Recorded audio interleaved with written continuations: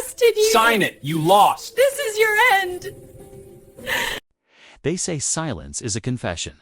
But for Julian, it was a weapon he used to bury 3 years of marriage in a single afternoon. The mahogany table felt like an ice block under Elara's fingertips. Across from her, Julian adjusted his silk tie, his wedding ring clinking hollowly against the crystal Scotch glass. The divorce papers lay between them. A white flag of surrender in a war she hadn't known they were fighting. "Just sign it, Elara," he sighed, his voice dripping with a practiced, weary condescension. "We both know you were never quite enough for the sterling name. My mother was right. You're a decorative piece that lost its shine." Welcome, story lovers. Before we begin, hit like and let us know in the comments which city you're watching from. Elara didn't flinch, though the betrayal burned like acid in her throat. 3 years of supporting his failing tech firm. 3 years of silence while his family mocked her humble roots. She picked up the gold-plated pen. Her hand didn't shake. "You're sure this is what you want, Julian? No second thoughts about the U.S. you swore to protect?" "There is no us without an ROI, Elara," he snapped, glancing at his watch. "I have a merger meeting. Sign the papers and move back to that dusty suburb you came from." She pressed the pen to the paper. As the ink saturated the line, a shadow flickered near the frosted glass doors. A tall, silent figure stood there. Julian didn't notice, but Elara's breath hitched. Julian snatched the signed documents with a triumphant smirk, his eyes scanning the signature as if it were a closing deal.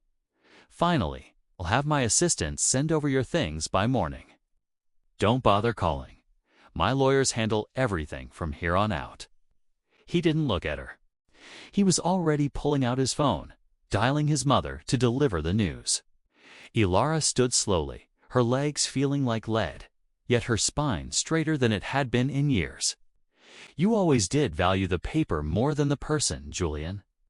I just wonder if you checked the fine print on who actually funded your firm's seed round." Julian froze, the phone halfway to his ear. "What are you talking about?" "It was an anonymous venture group. Don't try to claim credit for my genius now that you're out." "It wasn't me, Julian," she whispered, her eyes fixed on the frosted glass doors. "It was the man who's been standing behind those doors for the last 10 minutes. The man you've spent 3 years trying to impress without ever realizing you were married to his daughter." The doors creaked open. A heavy, rhythmic thud of expensive leather shoes echoed against the marble floor. Julian turned, his face draining of color as the silhouette became a reality. It was Arthur Vance, the titan of the industry, the man who could crush Julian's empire with a single phone call. If this story is touching your heart, subscribe now. More real, powerful moments like this are coming, and the next one is unforgettable. The air in the room vanished. Julian's phone slipped from his numb fingers, clattering onto the rug. Arthur Vance didn't look like a grieving father. Kay looked like a judge delivering a final sentence. Kay walked past Julian as if he were a piece of discarded furniture, stopping only when he reached Elara. He placed a steadying hand on her shoulder, his eyes softening for a fraction of a second before turning back to steel. "Mr. Vance," Julian stammered, his voice jumping an octave. I didn't realize you were coming. Elara and I were just finalizing some personal matters." "There's been a misunderstanding. A misunderstanding." Arthur's voice was a low, dangerous rumble. "I heard every word through that door. You spoke of ROI, Julian. You spoke of decorative pieces losing their shine. It's funny you mention investments, considering my family office owns 60% of your outstanding debt." Julian's eyes widened, darting toward the divorce papers Elara had just signed. He lunged for the table, desperate to tear the document, but Arthur stepped into his path. The power shift was instantaneous. The predator was now the prey. "You wanted her gone because she was nothing. Isn't that right?" Arthur leaned in, his shadow engulfing the younger man. "But you forgot the most basic rule of business. Julian, never discard an asset until you know who holds the lien."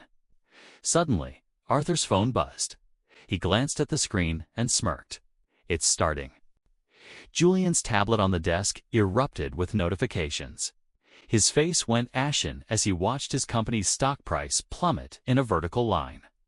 "What did you do?" he gasped, clutching the edge of the mahogany table. "That's my life's work." "No," Elara said, her voice calm and terrifyingly clear. "That was my father's belief in me. Kay invested in you because I asked him to. He stayed hidden because I wanted to believe you loved me for who I was, not for my name.